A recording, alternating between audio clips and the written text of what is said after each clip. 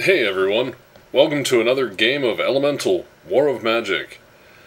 Beta 4, the modding beta. At this point, I have pretty much finished building the world that I was working on, and just had some questions, so I jumped into the chat channel in the Impulse Reactor program, and fired them off. Don't know if anyone's responded yet, or actually I do know, they just have not, or it has not appeared there. Now it says it's closed, now available, blah blah blah. I'm assuming that if somebody's in there with, all these people listed in the room, that theoretically someone may see the question and may be able to answer it. I'm not going to hold my breath because it's not critical and I'd rather they actually keep working on the important things. But I thought I would show you what I've done up to this point. And I can honestly say a 14 by 14 square map is pretty intensive. Just going to close that. Not getting a response. Well, actually I should open that back up. Maybe somebody will. Alright. Anyways, what I've done is, it was mentioned in a post by Brad that goody huts were going the way of the dodo, becoming extinct. My real question is, what does that mean? Does that mean if I'm making, say, this map, obviously there's options to place down the equivalent of goody huts, and to be honest, it's like, well, do you place one down? What's a real, is it a real option? Is notable locations the same thing as a goody hut? I'm guessing yes. But hey, we'll figure it out. I didn't assume that every one of them. I assumed some of it was possibly quest related, but did not know for certain. And that's okay, because you know what? This is the modding beta, and there's a little less hand-holding here than the normal one, and that's fine. Because it's not as if I can't go back in and delete the G's and replace them with other things. I assumed that quests would be the key method, so I made sure I placed a lot of quests down. And then, seeded, I seeded all the regions so that basically, I figure long-term game, each person's going to probably control a good chunk of space, set down a couple bases, as it were, cities, and then, these guys up here would do the same thing, set down a couple cities and, places that make sense to them. And then, again, up here, this guy, hey, it's a guy with two thumbs, how you doing? It's this guy, hey, okay. Anyways, he's here, he's going to probably do something similar, and there's another one up here. So these four have a good location, and the planet, looks pretty decent. All things being, relative. It's a matter of, I figure, at this point, if this is going to be a long-term game, which is what I was anticipating, that's why I built a map this size. Because you could easily have built a map this size, right here, and had it be an entire gameplay system, so... but I was figuring long-term, so lots of resources, lots of things to drive you towards those resources. Figure you're going to be facing lots of monsters, so on and so forth.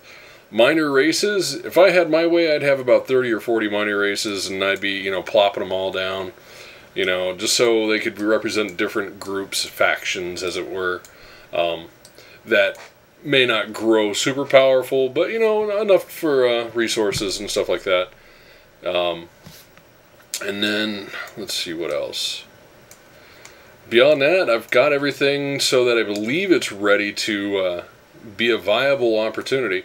Still dealing with these frickin' rivers. When I place something down here, like the equivalent of a goody hut, and I wanted to remove it, well, when I did that, it caused this whole chain reaction where it was a pain in the rear, and it wouldn't let me do it, and so I'm figuring that right now, because it's still beta, some of the stuff is a little bit temperamental.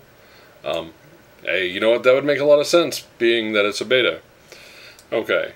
So, what I'm going to do at this point is call it good and then just test it out and see how well it plays. Yeah, at this point, go long term, go hardcore, let's play it out. Beyond that, I hope you've enjoyed watching these be built, or the after effects, or at least the logic behind some of the choices I made, making sure that there's resources near each starting spot, just so they're not all exactly the same.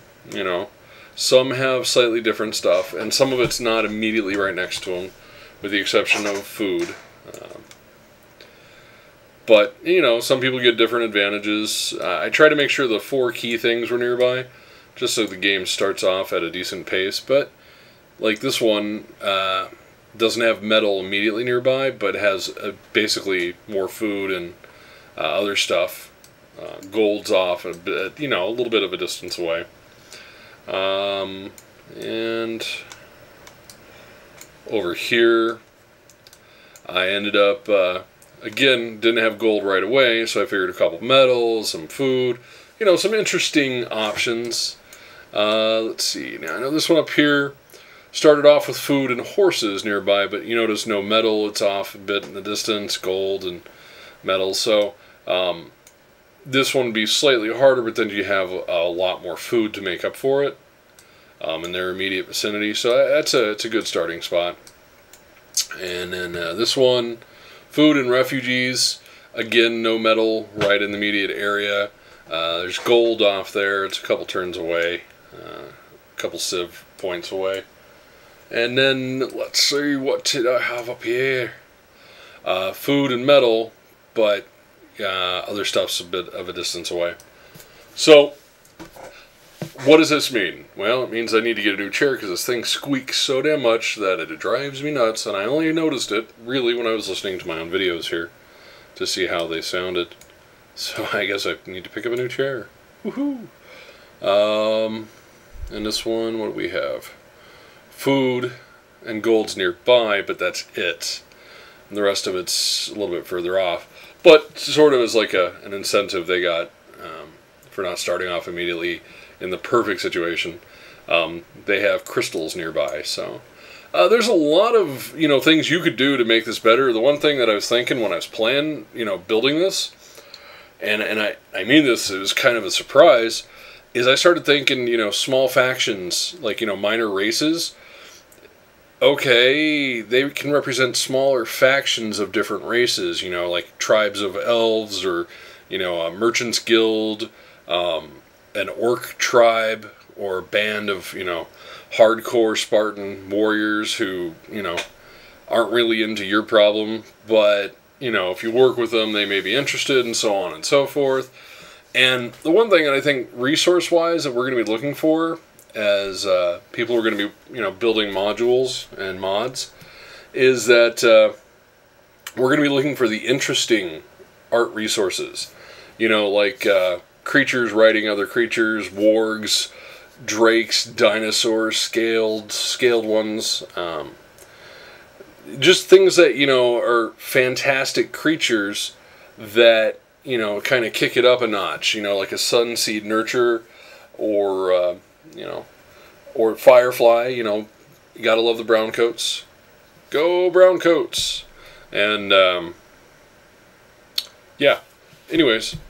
The whole thing, I guess, that I'm coming down to is I'm really getting excited for the really building, these modules, and actually being able to explore the variables, building, say 20 or 30 primary races that you can kind of choose from for your game, and then have a whole bunch of, and have it effectively be part of the world that you're participating in, but have different types of orcs, maybe you have more of an Urukai style versus, say, the hard pain boys from, from Warhammer 40k, or, well, not 40k, but Warhammer Fantasy. I mean, that's a fantastic world that would fit this style pretty well. But, anywho, I know some people hate that phrase. Yeah, oh well. Tough luck. I'm going to go ahead and save this, and I hope you guys have a good day. I will catch you in the near future. I'm going to probably actually try to show you how the game runs now off of my map. just to see how long it takes to actually do things. See if it makes us choke or if it chokes itself out for a while. But a lot of the things that we're seeing, it's, significant improvements. So there's that. Okay, let's see. I'm going to close this for a moment. Make sure, I'm going to save this as the Faege.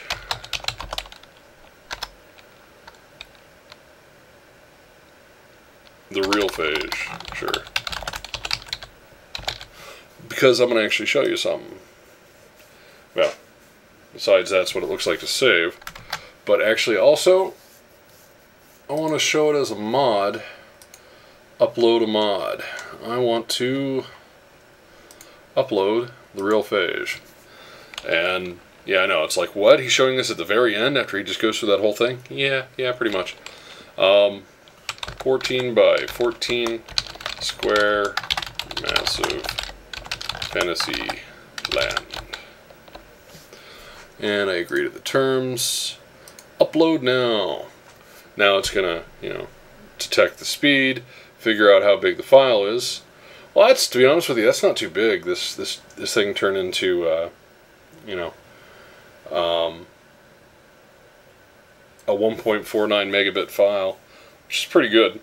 Now you notice it says moderation and moderation, Artana 2 and the real Faege.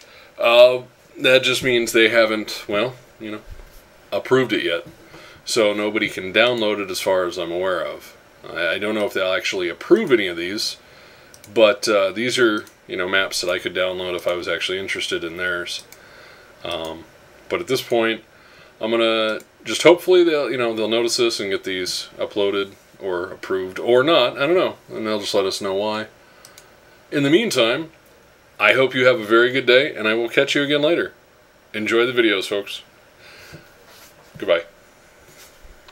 Okay, I'll stop talking now.